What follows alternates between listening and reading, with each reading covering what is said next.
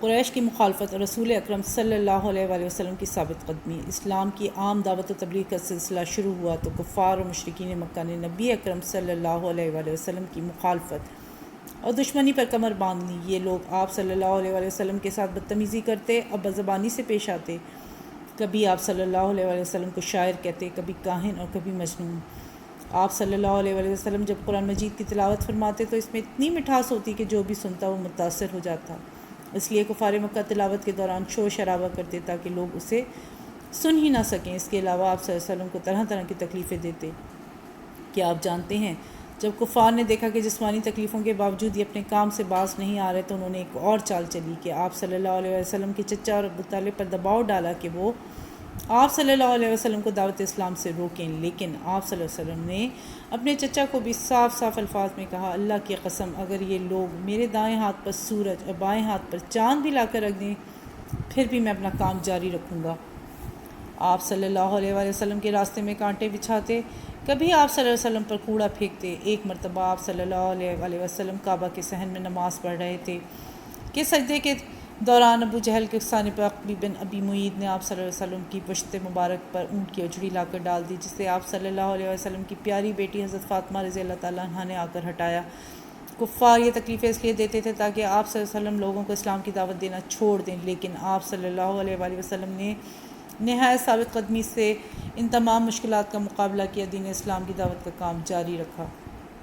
صحابہ کرام رضوان اللہ علیہم اجمعین کی ثابت قدمی۔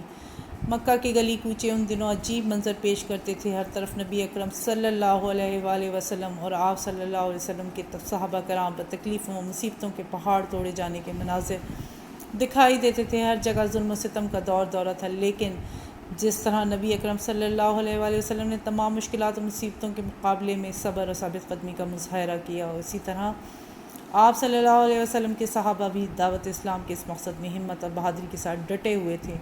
انہوں نے تمام مظالم کو حوصلے سے برداشت کیا اور دین کے بارے میں ذرا سی بھی کمزوری نہ دکھائی۔ اس سلسلے میں حضرت بلال رضی اللہ تعالیٰ عنہ کا نام سب سے پہلے سامنے آتا ہے۔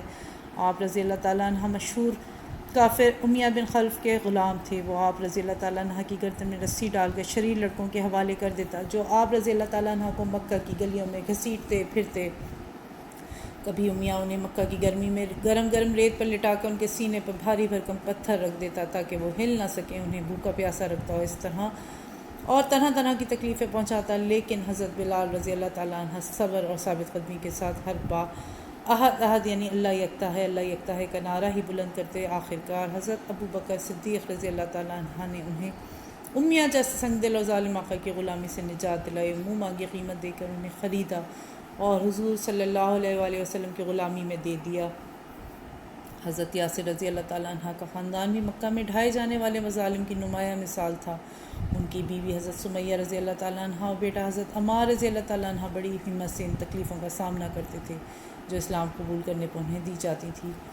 حضور صلی اللہ علیہ وآلہ وسلم جب اس مظلوم خاندان کو تکلیفوں میں دیکھتے تو فرماتے، اصبروا یا آل یاسر فإن موعدکم الجنۃ، اے آل یاسر صبر کرو، جنت تمہارا ٹھکانہ ہے۔ آخرکار حضرت یاسر رضی اللہ تعالیٰ عنہ ابو جہل کے مظالم کی وجہ سے شہید ہو گئے۔ حضرت سمیہ رضی اللہ تعالیٰ عنہ کو بھی اس ظالم نے نیزہ مار کر شہید کر دیا، لیکن حضرت عمار رضی اللہ تعالیٰ عنہ اپنے ماں باپ کی شہادت کے باوجود راہ حق سے نہ ہٹے۔ حضرت خباب ابن الارت رضی اللہ تعالیٰ عنہ کا شمار بھی مکہ کے ایسے ہی غریب لوگوں میں ہوتا تھا۔ انہیں بھی اسلام قبول کرنے کی وجہ سے بڑی مصیبتوں کا سامنا کرنا پڑا۔ انہیں مشرکین مکہ دہکتے ہوئے انگاروں پر لٹا دیا کرتے تھے اور ایک شخص ان کے سینے پر پاؤں رکھ کر کھڑا ہو جاتا تھا تاکہ وہ ہل نہ سکیں۔ حضرت خباب رضی اللہ تعالیٰ عنہ کے خون اور چربی کے پگھلنے سے آگ کے دہکتے ہوئے انگارے بجھ جایا کرتے تھے۔ یہ تو مکہ کے غریب طبقے کے لوگ تھے، لیکن مشرکین کفار نے مکہ کے معزز اور مالدار لوگوں کو بھی اسلام کی وجہ سے بڑی تکلیفیں دیں۔ حضرت عثمان بن عفان رضی اللہ تعالیٰ عنہ مکہ کے معاشرے میں نہایت معزز اور مالدار شخص تھے۔ آپ نے اسلام قبول کیا تھا، چچا نے آپ پر بہت تشدد کیا، وہ آپ کو کھجور کی چٹائی میں لپیٹ کر دھواں دیتا تھا۔ حضرت مصعب بن عمیر رضی اللہ تعالیٰ عنہ تو شہزادوں کی طرح زندگی گزارتے تھے۔ اسلام لانے پر ان کی والدہ نے ان سے تمام نعمتیں چھین کر انہیں گھر سے نکال دیا، لیکن انہوں نے اپنے محل جیسے گھر اور دنیا کی تمام نعمتوں کے مقابلے میں اسلام کا ساتھ دیا۔ صحابہ کرام رضی اللہ تعالیٰ عنہ کے تمام واقعات ہمیں یہ بتاتے ہیں کہ اللہ تعالیٰ کے سچے دین کو قبول کرنے والے اور اس پر ثابت قدم رہنے والے ہی کامیاب ہوئے، اور ظالم جو اگرچہ طاقتور تھے لیکن وہ حق کی مخالفت کی وجہ سے ناکام ہوئے۔ آج ان صحابہ کرام رضی اللہ تعالیٰ عنہ سے ہم محبت کرتے ہیں، ان کے ناموں پر اپنے بچوں کے نام رکھتے ہیں، لیکن ابو جہل، ابو لہب اور امیہ بن خلف وغیرہ جیسے لوگوں کو اچھے الفاظ میں یاد نہیں کیا جاتا۔ حضور صلی اللہ علیہ وآلہ وسلم، آپ کے صحابہ کرام رضی اللہ تعالیٰ عنہ کو تکالیف کیوں دی جاتی تھیں؟ دین اسلام کی وجہ سے۔